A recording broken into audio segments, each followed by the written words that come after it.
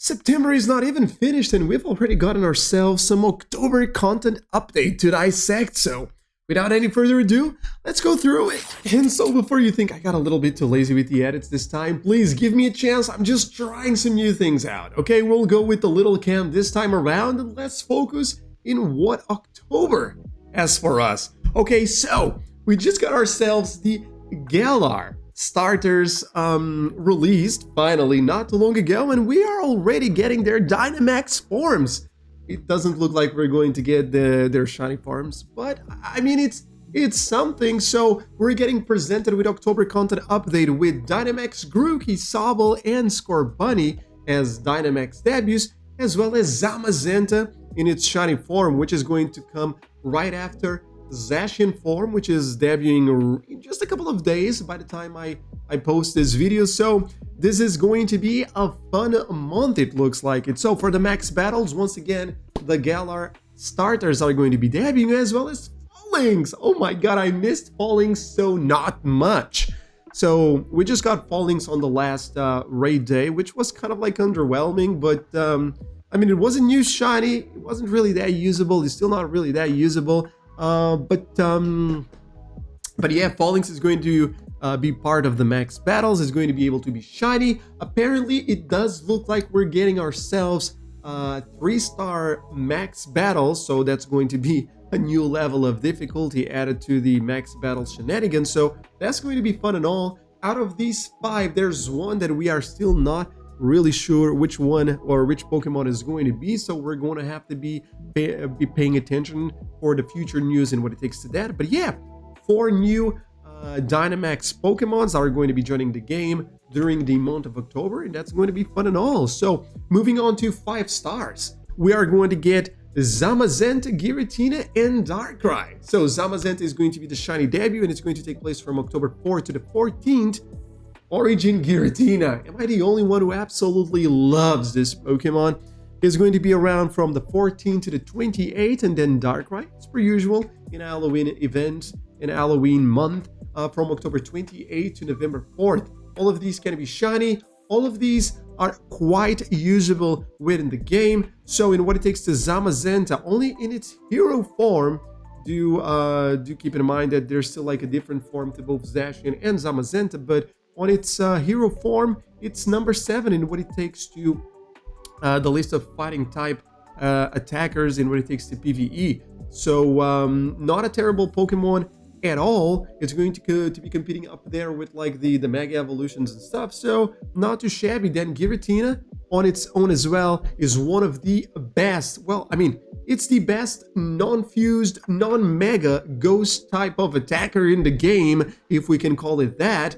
It does require Shadow Force for its best moveset, which is a legacy move, but it's the number 4th Pokemon, okay? The number 4 Pokemon in what it takes to Shadow type of attackers. So not a terrible one at all to be getting throughout this month. And then Darkrai.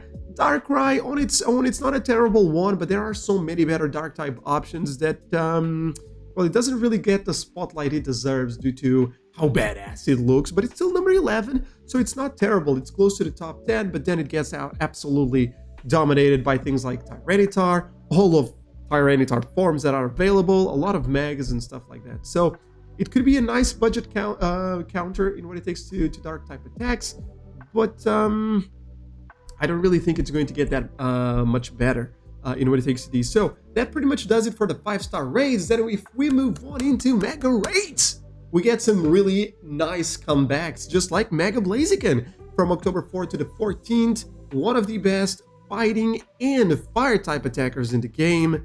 Absolutely crazy, amazing Pokemon to have. So if we go into the fighting type category once again, it's going to be at number 5, just outshined by like, you know, another 4 Pokemons, including Terrakion, which is not even like, you know, a Mega Evolution nor a fused Pokemon or anything like that, but like Mega Blaziken. Just Mega Evolve it, doesn't even need to have any sort of like legacy moves, neither on its fighting type, nor in what it takes to its fire type. So in what it takes to fire type, it's quite a bit better than its fighting type form. It's number 2nd, what the hell?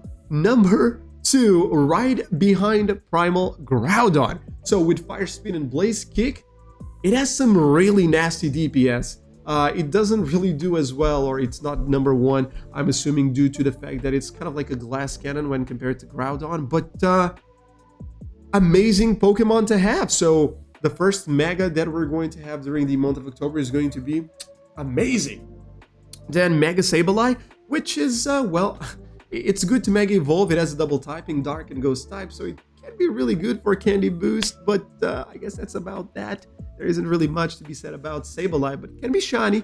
It is a really interesting shiny, and it's going to be taking place from October 14th to the 28th. Then the next one on the list is Banette from October 28th to November 4th. And, well, in opposite to Sableye, Banette has quite a bit more usability to it. So Banette is going to be number 3 in the Ghost type list. I almost didn't see it there. But it's going to be number 3. So obviously you need to Mega Evolve it, but no legacy moves are required. And it's only behind Mega Gengar and Dawnwing's Necrozma. So a really, really good Pokemon to have, some really nasty DPS with all of the PvE and the fast and charge attack changes that we've gotten on the beginning of this month of September. So it's been crazy to see how much certain Pokemons have gotten quite a crazy boost in what it takes to their DPS, their usability, and stuff like that. So yeah, Banette, one of the best there is. So far, this month is filled up with only really, really good raids, at least in what it takes to usability, to having those Pokemons participating in either PvE battles and stuff like that. So really awesome. In what it takes to Shadow Raids, 5-star legendary Shadow Raids, which are only going to be taking place during the weekends during the month of October. We're going to continue the rotation of the legendary beasts. We are just, as of right now, we're getting Raikou during the month of September, but October is going to bring back Entei, which is also one of the best Pokemons you might have in what it takes to the fire type category. There are some better ones, but Entei, still with no legacy moves in its shadow form, it's holding itself up there, and it has been like that for quite a few years by now. So yeah, a really good one to have. It can be shiny. Shiny looks pretty cool in my opinion. So I mean, if you have some extra passes to spend there, just do it. Okay, just do it. Then raid hours, which usually take place every Wednesday from 6 to 7 p.m. in case you were not aware of that. Zacian on October 2nd, which is going to be probably one of its last days in 5-star raids. It can be shiny. So it's going to start on September 26th with the Legendary Heroes event, and it's going to go all the way up to the 2nd, maybe the 4th. I'm a little bit confused now, but somewhere around those lines. And yeah, it's a new shiny, so definitely worth participating in that one. It's a really good fairy type attacker as well, so definitely worth a few passes. Then we're going to get Zamazenta, which we just talked about on November 9th, so not a terrible one either. Then Giratina, Origin Giratina is going to have 2 different ones on both October 16th and the 23rd. And lastly, right at the end of the month, Darkrai on the 30th. So that pretty much concludes it for all of the raids. I'm really confident that all of these raids are going to be amazing. Definitely worth at least doing your or investing your daily pass on one of either like the Mega Raid or the 5-star raids. You're not going to regret it a single bit, because these Pokemons are all like so much usable, man. October is always such a fun month. In talking about, well, October, which is pretty much what the video is all about, there's all of the events already. Well, almost all of them have been, sent out. They have been announced. And well, we've already gotten the Galarian Expedition 1 just a few days ago, and we've already gotten all of the details about that one. If you want to take a look at that, I'm just going to put somewhere in the video, but we've already made a video about that one. So the Galarian Expedition is going to take place from October 4th to the 11th. Really cool event. Shiny Zamazenta is going to be somewhere around there. There's some really cool timed research in there as well. So take a look at the video. You're not going to regret it, I hope. Then, still, during the same time that the Galarian Expedition is going to be taking place, we're going to have October Community Day, which is Swaddle, which we haven't made a video about, but we are going to the closer we get to the event, so stay tuned for that. But Swaddle is going to be a new shiny. I don't think there's all that much usability to it, but it's a new shiny, it's a community day. It's going to be a fun one, I'm sure. Then on October 12th, we're going to get another Mega Raid Day. Hopefully not Fallings again. Obviously it's not going to be Fallings, but let's get something good this time around. Then from the 15th to October 17th, a magnetic study. This one has some really weird dates to it, which is going to be from 12 a.m. to 11:59 p.m. So from the 15th to the 17th. I'm not sure if this is going to be rocket related, but it has some really weird start and ending dates to it. So curious to see about what this one is going to be. Then on October 19th, Research Day. Not one of my favorite events, if I have to be completely honest with you, due to the fact that I do resort quite a bit to my Pokeball Go Plus when I'm at work, and well, there isn't much I can do in what it takes to these research days. No Pokeball Go Plus is going to help me if I'm not moving around collecting some missions. So anyway, hopefully we're still going to get a good one, and I'm still going to be able to get the shiny. Then the event of the year, Halloween event, man. Always the most anticipated event for me, at least. And as always, is going to be divided in two different parts. The first one taking place from October 22nd to the 28th, and the second one from the 28th to November 3rd. So excited for these. Always some really good Pokemons tuning in. Always some really good bonuses tuning in. So pretty sure this is going to be as fun as the last few years. We are also going to get two other events from the 26th to the 27th and from the 31st to November 3rd. But these ones still haven't been announced. So, yes, there isn't really much to talk about there. And then, to finish the month with, we're going to have Spotlight Hours. It's going to start off so slowly, but it looks like it's going to pick up at around like the mid of the month. So it's going to start with Pidove on October 1st with 2x transfer candy. If you have been trading those legendaries and have been getting like some really terrible IVs, just like me for the most part, and you've been saving these, putting these to the side, well, October 1st is going to be the time for you to get rid of these because, well, Pidove is going to come in with 2x transfer candy. So the best time of the month to get rid of those Pokemons that you are not going to want. Yes, I'm becoming a rapper now. Then, on October 8th, Galarian Slowpoke with the 2x Evolution XP.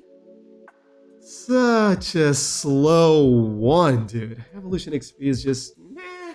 But, well, I mean, it can be shiny, just like Pidove. I mean, all of those can pretty much be shiny for the most part. So, yeah, good luck with that one. Then Shroomish, which I'm pretty sure it's going to be the spotlight of the month.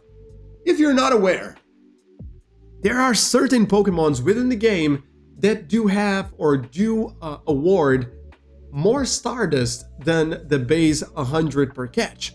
There's a list of these on Pokemon Go Hub, just like pretty much everything you've been spotting or seeing in this video and in what it takes to PvE lists and stuff like that. So anyway, big shout out to Pokemon Go Hub for hooking me up with all of the info that you've been, seeing in this video. But yeah, there are some Pokemons that do give some extra Stardust, and Shroomish is amongst those Pokemon. So for each Shroomish that you catch without any bonus, just the base Stardust that you can get from a Shroomish, instead of 100, you'll get 500. With Shroomish Spotlight Hour, we're going to get, that was the wrong page, we're going to get 2x catch Stardust, which means that we're going to get not 500, but 1,000 Stardust per catch, which means that if you catch at least 100 of these, do some math, you're going to get 100k Stardust for those 100 catches.